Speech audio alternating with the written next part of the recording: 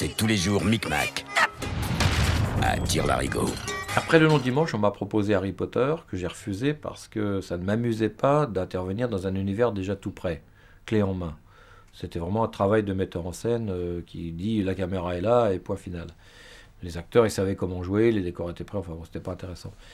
Après, on m'a proposé l'histoire de Pi, qui était l'adaptation d'un très beau livre canadien. Donc j'ai plongé là-dedans, j'ai travaillé pendant 2 ans sur ce projet, j'ai écrit le scénario, fait le storyboard, un travail monstrueux, fait des repérages en Inde, étudié des machines à vagues, j'ai fait un budget français parce que c'était trop cher, et à cause de la différence euro-dollar, on était aussi cher. Donc j'ai perdu 2 ans, je peux dire, même si je me suis amusé à faire ça. Donc au bout de 2 ans, j'en avais marre, j'avais besoin de tourner un truc, donc j'ai plongé dans ma boîte d'idées et j'ai sorti un mix de différentes idées. Et, pardon, et avec Guillaume Laurent, on a pondu Micmac à Tire-Larigot. Voilà. Donc c'est du pur jeunesse, c'est pas quelque chose de différent ni de nouveau, mais c'est un spectacle, je crois, qu'on a fait le mieux qu'on pouvait avec beaucoup d'entertainment. Danny Boone et Basile. J'ai assisté à l'assassinat d'un pauvre petit type sans défense. Un jour, il a reçu une balle dans la tête. Qui a plutôt changé sa vie. C'est le petit pousset.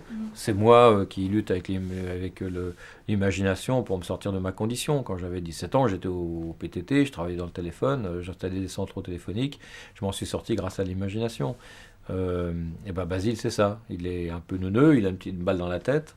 Donc il va, grâce à une bande de chiffonniers qui sont des vrais uluberlus sortis d'un dessin animé de Pixar, il va, grâce à son imaginaire, provoquer les méchants et les monter l'un contre l'autre. André Dussolier et Nicolas Thibault de Fenouillet. Il est marchand d'armes.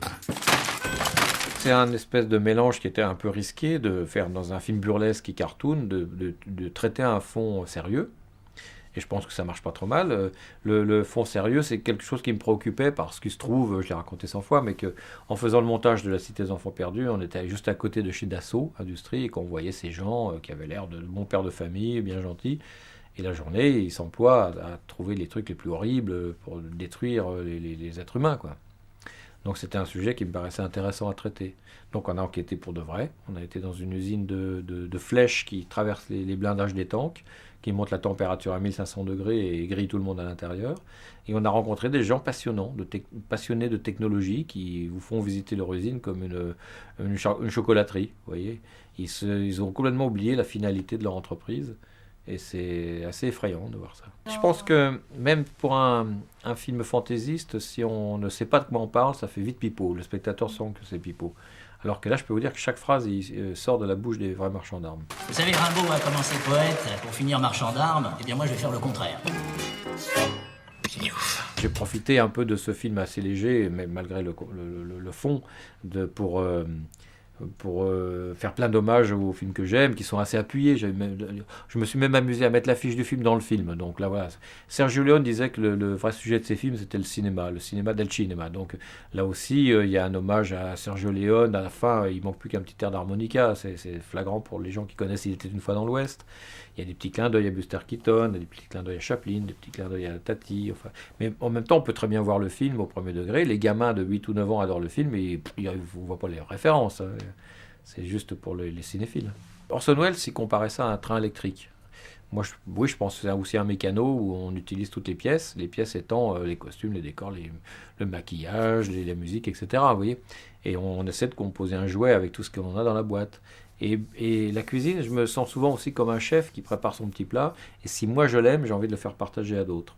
Et j'espère qu'il va être apprécié par d'autres. Et quand les petits Vas-y, tape, c'est du titane. s'attaquent aux grands. Ça va être la blitzkrieg. Ah, c'est toi qui commande, hein. Commandeur. C'est pas un calcul, c'est vraiment d'instinct. Alors j'ai beaucoup de chance parce qu'il se trouve que les films sont assez commerciaux entre guillemets, mais c'est pas qu'est-ce que je vais faire pour plaire au public. Je me plais à moi-même, je mitonne mon petit plat et je le fais partager.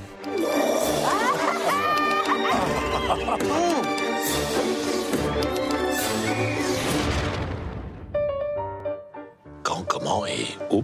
Le 28 octobre dans les cinémas.